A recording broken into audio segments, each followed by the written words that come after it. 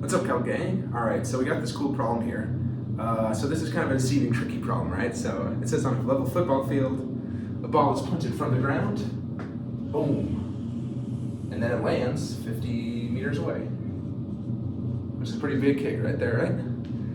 And it says that at the very top, right, at its maximum height, it has a speed of 8 meters a second, right? So at its maximum height, its speed is going to be tangent to its path, right? So it's going to be straight forward at 8 meters a second. Basically, if you're taking its speed at any point, it's going to be tangent. So if like it was here, it'd be like that. But at the top, it's going to be flat. So it asks you now, how long is the ball in the air? Let's figure it out, right? Okay, so this is going to be just something I'm just going to have to tell you guys. In the x direction, right? Let's think about our kinematic equation, right? X is equal to 1/2 acceleration time squared plus v naught x time plus x naught.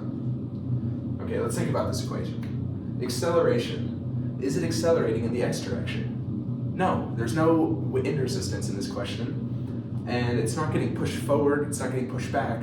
The ball is just staying at the same velocity in the x direction as it travels, right?